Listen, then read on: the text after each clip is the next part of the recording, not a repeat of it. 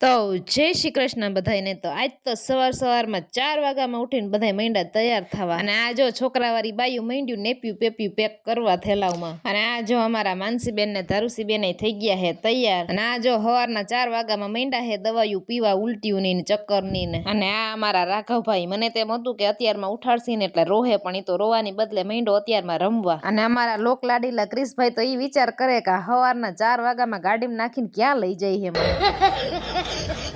પછી બધા હો ની જગ્યાએ બેહી ગયા અને માતાજીનું નામ લઈને ગાડી કરી ચાલુ। પછી સીએનજી પંપ આવ્યો ને ગાડી ઉભી રાખી, પેલા ગાડીને નાસ્તો પાણી કરાવ્યું, પછી અમારો વારો। અને આ કઈ જગ્યાએ તો મને યાદ નથી, અત્યારે ભૂલાઈ ગયું હે। પછી થોડેક આગળ જાતા પછી અમે નાસ્તો પાણી કરી લીધા। અને આ જો અઘુડો ઈ તો એકદમ હાવ સ્ટેચ્યુ થઈ ગયો, જયારે હલબલતો નથી। એને તો એમ થતું હશે કે આ બધા મને ક્યાં લઈ જાય હે, પાછો પહેલી વાર આવી રીતે ગાડીમાં બેહીને બહાર જાય હે। એટલે જોયું ને અમારા ફૂઈ ભત્રીજાની જોડી, કોઈની નજર ન લાગે અમને।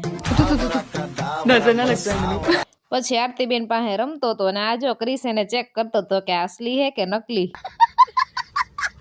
પછી બધા નાસ્તો કરવા માંડ્યા અને નાસ્તામાં મંગાવ્યા હતા ગાંઠિયા ને ચિપ્સ ને એવું બધું। અને હું હાલો નાસ્તો કરવા માંડું, નહીં હું વિડીયો બનાવવામાં રહીશ, નાસ્તો ખતમ થઈ જાય। પછી નાસ્તો કરીને નીકળી ગયા। ને આ જો રઘુડો અને ક્રિશ ને હવે ધીરે ધીરે બે આમ દોસ્તી થતી જાય છે। હવે ધીરે ધીરે બે એકાબીજાને ઓળખવા માંડ્યા છે। ને આ જો અમારો એક તો ક્રિશભાઈ એ શર્મીલો બહુ, પાછો શરમાય બહુ જાય। પછી બધા હો ની જગ્યાએ બેહી ગયા અને પહોંચી ગયા ચોટીલા ચામુંડ માતાજીના મંદિરે। અને એક તો અહીંયા કોઈ ટ્રાફિક હતું તમે વાત જ ન પૂછો, હાવ એટલું ટ્રાફિક હતું। અને ટ્રાફિક ના હિસાબે પછી એક એક છોકરાને એક એક જેન્ટ્સ આગળ દઈ દીધા। અનિલભાઈએ કૃષ્ણને લઈ લીધો, ભાઈએ રગલાને લઈ લીધો, ને સચિને ધારુસીને લઈ લીધી। અને હવે એવું ન સમજતા કે આમ લેડીઝે કાંઈ નહોતું લીધું, અમે હવના પર્સ લીધા હતા। અને માનસી તો મોટી છે એટલે એ તો અમારે ભેગી હાથ પકડીને હાલી આવે। પછી ધીરે ધીરે પગથિયા ચડવાનું ચાલુ કરી દીધું। અને ટ્રાફિક તો એટલું હતું કે તમે હાવ એની વાત જ જવા દો। પછી અડધે પહોંચાતા બધા હાફી રહ્યા હતા, એટલે પછી થોડીક વાર પોરો ખાવા બેસી ગયા, પાણી બાણી પીધું ને પછી પાછા માંડ્યા સીડીયું ચડવા। અને આ જવો ટ્રાફિક।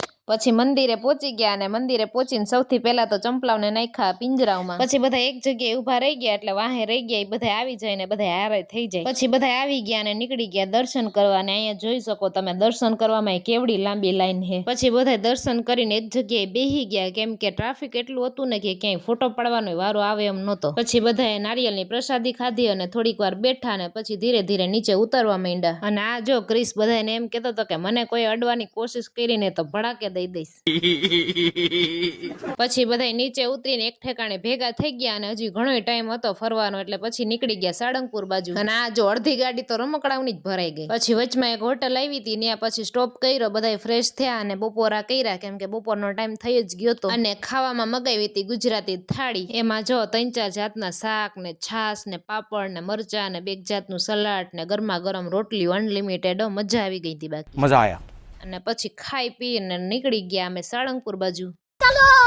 અને પહોંચી ગયા સાળંગપુર। અને સાળંગપુર પહોંચીને પહેલા તો ગેટે જ બેસી ગયા હતા, કેમ કે બધા થાકી ગયા હતા, એટલે થોડીક વાર પોરો ખાધો અને નિરાયતે બેસીને એને માથા મોટા હરખા કર્યા, ટૂંકમાં તૈયાર થયા બધા। અને જે પહેલા તૈયાર થઈ ગયા હતા એ માંડ્યા ફોટા પાડવા ન્યા। પછી ધીરે ધીરે મંદિર બાજુ હાલતા થયા। અને અહીંયા પણ મિત્રો એવું જ ટ્રાફિક હતું, ફૂલ ટ્રાફિક હતું। 15 થી 20 મિનિટ લાઈનમાં ઉભા રહ્યા ત્યારે દર્શન કરવાનો વારો આવ્યો। અને લેડીઝ અને જેન્ટ્સની અલગ અલગ લાઈન હતી, એટલે અમે તો દર્શન કરીને ક્યારના બારે નીકળી ગયા હતા, પણ ઓલા જેન્ટ્સ હજી આવ્યા નહોતા। પછી એક જગ્યાએ બેસીને રાહ જોઈ, પછી બધા એને હારે ભેગા થઈ ગયા। પછી ધીરે ધીરે મંદિરની પાછળની બાજુ બગીચો હતો, ત્યાં એ બાજુ ગયા। ત્યાં થોડીક પકતાણ હતી એટલે મજા આવી। અને પછી શું, પછી તો ફોટાની એને રમાછટી બોલાવી।